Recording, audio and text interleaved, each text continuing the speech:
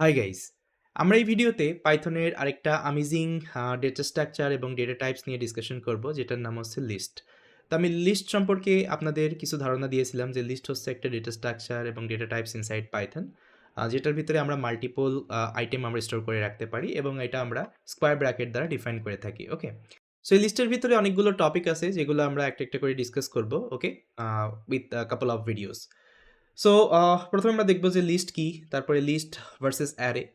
অন্যান্য প্রোগ্রামিংয়ে এই লিস্টকে বলা হয় হচ্ছে অ্যারে, যেমন হচ্ছে C, C plus plus, Java. So এই প্রোগ্রামিং গুলোতে আসলে এই লিস্টকে বলা হয় অ্যারে। ওকে, সেখানে আমরা অ্যারে হিসাবে এটাকে কল করি, বাট ইন পাইথন এটাকে লিস্ট বলে। ওকে, তারপরে ক্যারেক্টারিস্টিক অফ লিস্ট, তারপরে how to create a list. Okay, how we can access the item from the list. So আপনারা অলরেডি স্ট্রিং সম্পর্কে শিখছেন। সো সেখানে আমি দেখাইছিলাম কিভাবে কোন একটা আমরা ক্যারেক্টার ওখান থেকে অ্যাক্সেস করতে পারি। ওকে, ইন্ডেক্সিং এর মাধ্যমে। তো সেম কনসেপ্ট কিন্তু এখানেও আপনাদের কাজে লাগবে। তারপরে কিভাবে আমরা এডিট করতে পারি, ডিলিট করতে পারি, বিভিন্ন অপারেশন দেখবো on top of the list, তারপরে বিভিন্ন লিস্ট ফাংশন দেখবো, এবং আরেকটা কনসেপ্ট আছে যেটা হচ্ছে লিস্ট কম্প্রিহেনশন, সেটাও আমরা এখানে দেখবো। Okay, so first of all let's try to see what is list exactly. List is a data type where you can store multiple items under one name. More technically, list acts like a dynamic arrays, which means you can add more items on the fly. তার মানে এখানে দেখেন একটা example দেওয়া আছে, এল হচ্ছে এখানে একটা লিস্ট। ওকে, তো লিস্ট আমরা কিভাবে ডিফাইন করি, এই স্কোয়ার ব্র্যাকেটের মাধ্যমে কিন্তু আমরা লিস্টটা ডিফাইন করি এবং এর ভিতরে আমরা মাল্টিপল আইটেম স্টোর করে রাখতে পারি এবং এই আইটেমগুলো আমরা বিভিন্ন ডেটা টাইপ আমরা নিতে পারি, যেমন হচ্ছে আমরা ইন্টিজার স্টোর করতে পারি, আমরা স্ট্রিং স্টোর করতে পারি, আমরা ফ্লোট স্টোর করতে পারি এবং আমরা কোনো একটা লিস্টও এর ভিতরে কিন্তু আমার স্টোর করে রাখতে পারি। ঠিক আছে, তো এখানে কোনো আসলে লিমিটেশন নাই যে আপনাকে একই ডেটা টাইপ স্টোর করতে হবে। আমরা ভেরিয়েবলের ভিতরে কি দেখছিলাম, আমরা অনলি ওয়ান আইটেম স্টোর করতে পারতাম, তাই না? বাট লিস্টের ভিতরে কিন্তু আমরা মাল্টিপল আইটেম স্টোর করতে পারি। ওকে, তো এটা একটা অনেক ইম্পর্টেন্ট একটা ডেটা স্ট্রাকচার, কারণ আমরা গোয়িং ফরওয়ার্ড যখন কোনো অ্যাপ্লিকেশন তৈরি করবো, লেটস সে একটা অ্যাপ্লিকেশন তৈরি করতে হবে যেখানে আপনার ইউজার রেটিংস হচ্ছে আপনাকে স্টোর করতে হবে। তো সাপোজ মনে করেন আপনার কাছে 100টা ইউজার আছে, 100টার রেটিংস হচ্ছে আপনাকে স্টোর করতে হবে। কীভাবে স্টোর করবেন?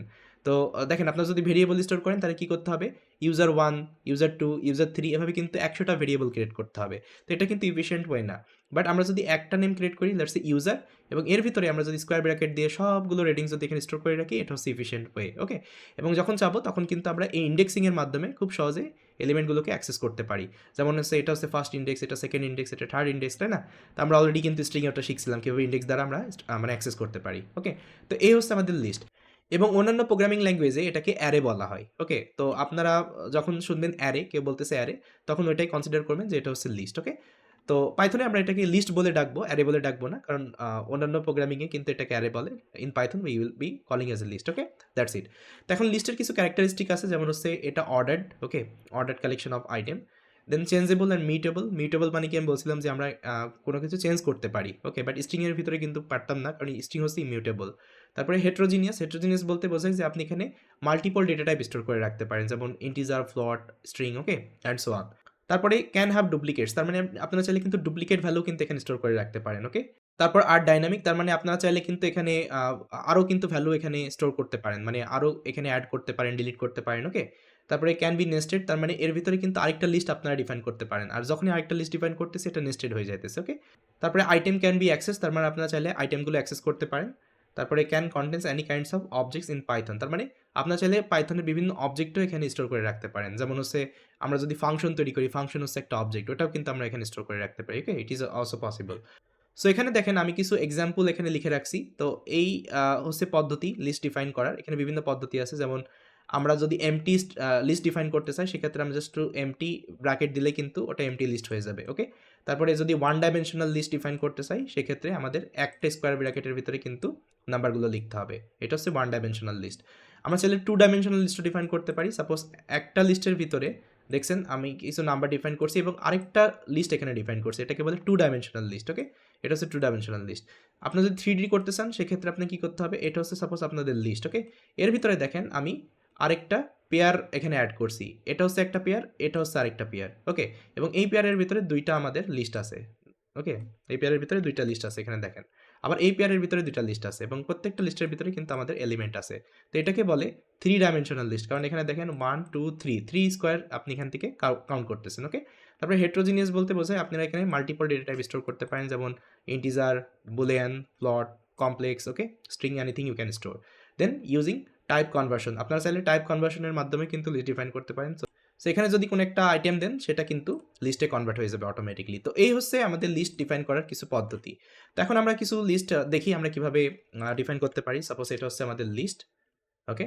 এবং এটা যদি টাইপ আপনি দেখেন টাইপ এল, তো এটা হচ্ছে লিস্ট টাইপ ডেটা। তো এখন আমরা দেখব কিভাবে অ্যাক্সেস করতে পারি এলিমেন্ট ফ্রম দ্য লিস্ট। তো প্রথমে দেখবো ইন্ডেক্সিং, তারপরে স্লাইসিং, ওই যে সেম অ্যাপ্রোচ আমরা যেটা স্ট্রিংয়ে শিখছিলাম, সেম কনসেপ্ট। তো এটা হচ্ছে আমাদের লিস্ট। তো আমি সাপোজ এখানে যদি -2 দিই তাহলে কি হবে? আপনারা হয়তো জানেন এটা রাইট সাইড থেকে কাউন্ট শুরু করবে, -1 -2, তার মানে 4 প্রিন্ট হবে এখান থেকে, ওকে? এটা বলে নেগেটিভ ইন্ডেক্সিং।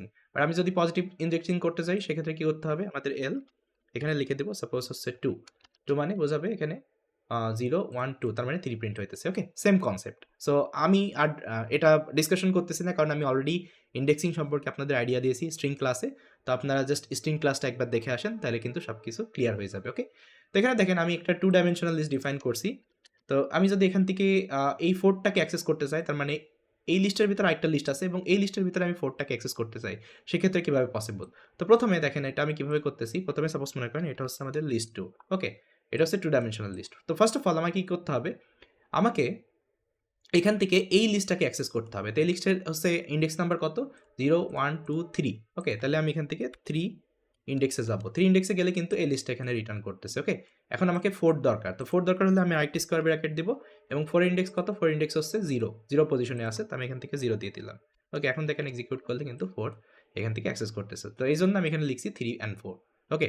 তো এইভাবে কিন্তু আপনারা মাল্টি যদি কোনো লিস্ট থাকে সেক্ষেত্রে আপনারা ডাবল ইনডেক্সিং এর মাধ্যমে কিন্তু ওটাকে অ্যাক্সেস করতে পারেন। ওকে? আমি যদি -1 দিই তাহলে কি হবে? এখান থেকে 5 হবে। কারণ -1 হচ্ছে লাস্টের হচ্ছে এই লিস্ট এবং আরেকটা -1 হচ্ছে এই এলিমেন্টটা, ওকে? এজন্য 5 আসতেছে এখানে। তো এখানে দেখি আমরা একটা 3 ডাইমেনশনাল একটা লিস্ট নিয়েছি। এটার ভিতরে আমরা এলিমেন্ট অ্যাক্সেস করা দেখি। সাপোজ আমি যদি এটা লেন্থ দেখাই আপনাদের, এখানে 2 টা হচ্ছে মানে এলিমেন্ট আছে, দেখছেন? 2 টা এলিমেন্টই কিন্তু লিস্ট এবং এর ভিতরে একটা মানে লিস্ট আছে, এর ভিতরে একটা লিস্ট আছে এবং এর ভিতরে কিন্তু নাম্বার আছে, ওকে?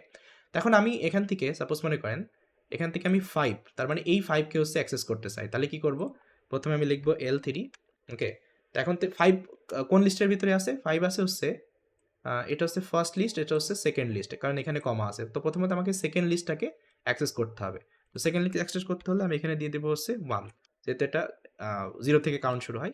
তো এখন সেকেন্ড লিস্টটা আমরা পেয়ে গেলাম। এখন আমাকে কি করতে হবে? এই ফার্স্ট লিস্টটা এখান থেকে অ্যাক্সেস করতে হবে। তার জন্য আমি কি দেব? এখান থেকে 0 দিব।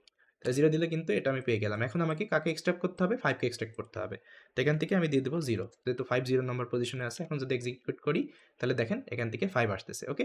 তো এভাবে কিন্তু আমি এটা এখানে এক্সট্রাক্ট করছি, ফাইন।